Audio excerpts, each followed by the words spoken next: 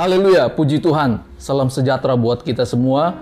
Dan saat ini mari kita buka kebenaran firman Tuhan di dalam Matius pasal 25 ayat 12 dan 13. Saya mengambil dua ayat ini saja.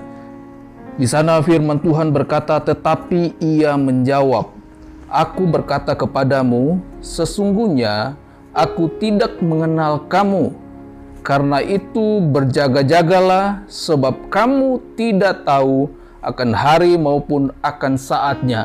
Kalau kita mau lihat konteks ini, ayat ini dari ayat yang ke-1 sampai ayat yang ke-13, di sana berbicara tentang 5 gadis yang bijaksana dan 5 gadis yang bodoh.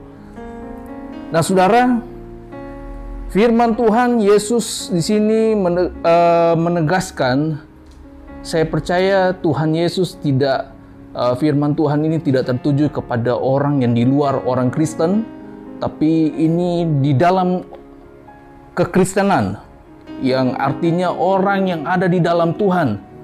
Nah, di sana dikatakan ada 2 gadis, yang satu yang bijaksana dan yang satu yang bodoh.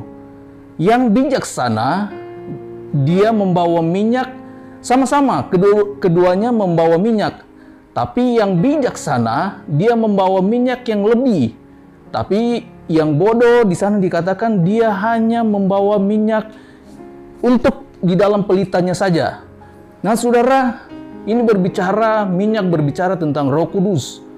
Roh Kudus adalah bagi kita itu adalah penolong, adalah penghibur. Itulah Roh Kudus. Nah, saudara, di dalam ayat ini ada gadis yang bijaksana, ada gadis yang bodoh. Saudara, di sana saya mau katakan kepada saudara, gadis yang bodoh itu adalah gereja yang saat ini saya bisa gambarkan adalah gereja yang menolak atau yang tidak mau menerima Roh Kudus.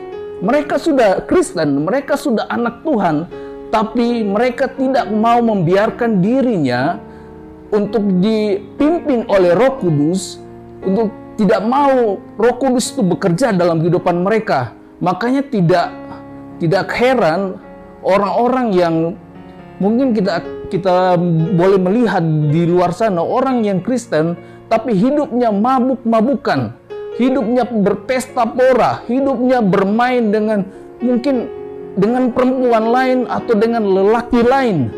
Nah, ini adalah Kristen yang bodoh, saudara. Bukan Kristen yang bijaksana.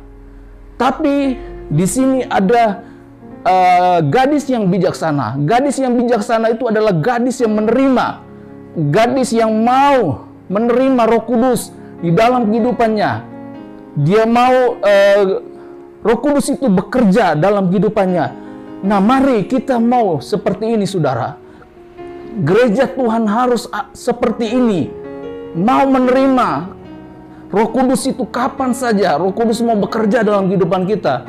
Kita mau dituntun oleh Roh Kudus. Gereja Tuhan harus dituntun oleh Roh Kudus. Jangan menolak Roh Kudus. Jangan sampai Roh Kudus itu pergi dari dalam kehidupan kita, saudara. Salah satu yang menjadi ketakutan Daud dalam kehidupannya, dia bukan takut akan kehilangan hartanya, jabatannya sebagai raja, tapi yang satu yang Daud takutkan dalam kehidupannya adalah Roh Kudus itu keluar dari dalam kehidupannya. Dia berkata, "Jangan ambil rohmu dari dalam hidupku." Ini yang menjadi ketakutan Daud. Tapi saya percaya, Bapak, Ibu, saudara-saudara yang ada di rumah, dimanapun berada, mari kita mau menerima Roh Kudus. Biarlah Roh Kudus bekerja terus dalam kehidupan kita sebagai anak-anak Tuhan. Kita bukan lagi hidup di akhir zaman. Kita hidup di detik-detik akhir zaman, saudara. Di mana kedatangan Tuhan Yesus pada kali yang kedua itu tidak lama lagi. Kita harus dipimpin oleh Roh Kudus.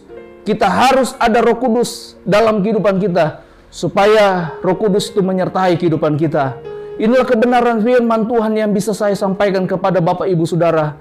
Biarlah firman Tuhan itu meneguhkan kehidupan kita. Satu hal yang firman Tuhan ingatkan kepada kita, milikilah Roh Kudus, terima Roh Kudus, buka hati kita untuk kita dipenuhi dengan Roh Kudus. Amin firman Tuhan. Tuhan Yesus memberkati. Immanuel, Tuhan beserta dengan kehidupan kita semua. Amin.